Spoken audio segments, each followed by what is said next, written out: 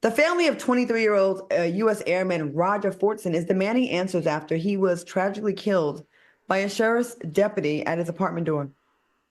The sheriff was responding to a complaint about a domestic dispute with an unidentified woman, which led the officer to Roger's unit. Now, the deputy claimed he knocked on the door and announced himself 3 times before Roger opened the door while holding a gun to his side.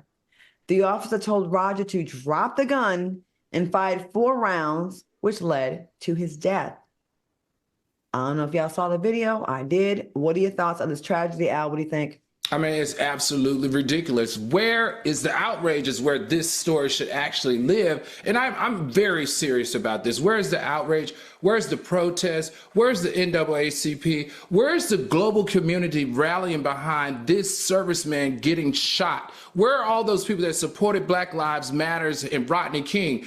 This is a serviceman. This is somebody who gives their life to serve in this country, to serve and to protect. And this is how we treat him. This is 110% unacceptable. And anybody that's not upset after what they saw from that video clearly don't understand the disparities that exist for Black men in America. It shouldn't be an investigation. It should be an immediate refiring. It should be an immediate protest. It should be an immediate everything. Nobody who gives their life to this country should be treated like that. And he's only being treated like that because he's Black, period. And I said it. Armand, do you see the video? No, I didn't see the video, but the story is sad. Now, so maybe you guys can help me out there. I didn't see the video. So for me, I was kind of torn because obviously this was a mistake. He went to the wrong house. The guy was there alone. He was on FaceTime with his girlfriend. But my thing is, like, if the sheriff announced himself, like, do you really think it's smart to open the door with a gun being a Black man? Like, you get what I'm saying? Is there a peephole? Is there a window you could have looked to see? Like, was it a police officer, you know, before you opened the door? Because I just think that opening the door with a gun, at some point, you're asking for that almost from a police officer that, you know, is insensitive or doesn't care or ready to shoot. You get what I'm saying? So while it's sad, it's kind of like, well, you came to the door with a gun.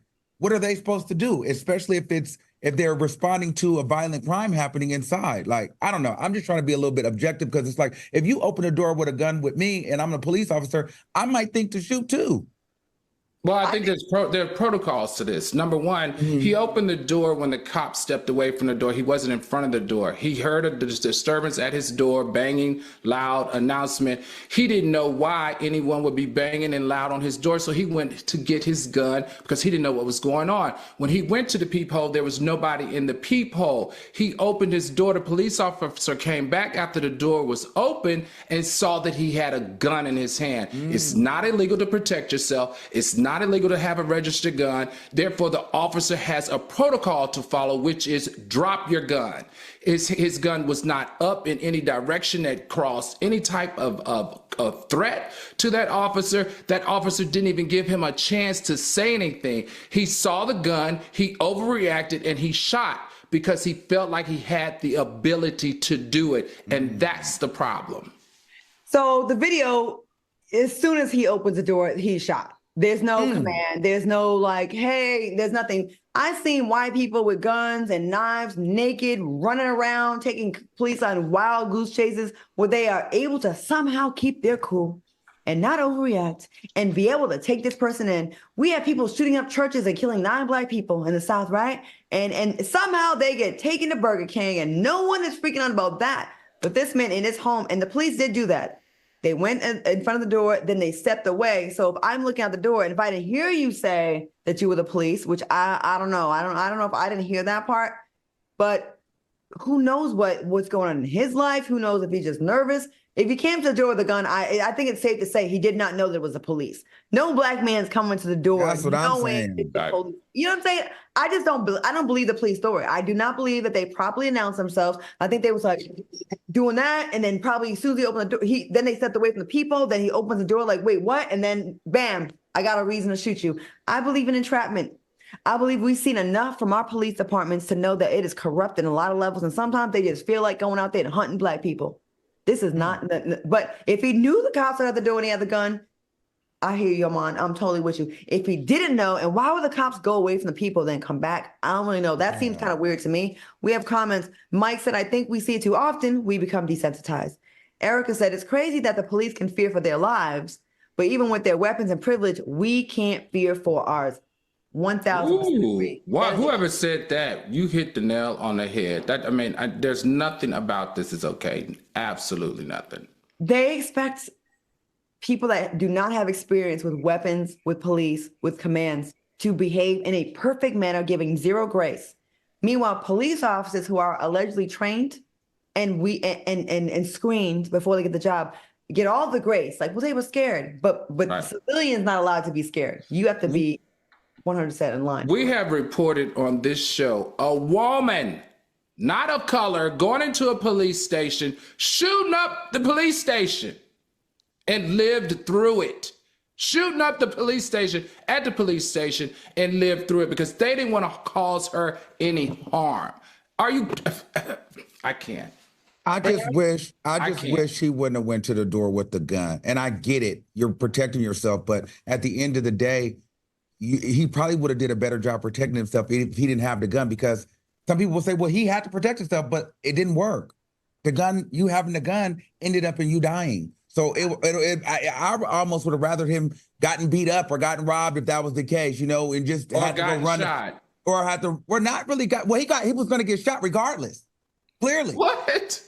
So what I'm saying is, you got to listen. What I'm trying to say is, if you come to the door with no gun, you're pretty much saying like he went there to protect himself because something bad could have happened. So he had the weapon there. But I'm saying whether he had the weapon or not, he was going to get shot. I mean, something bad was going to happen. So he had more of a chance to survive had he not had the gun. You don't get that?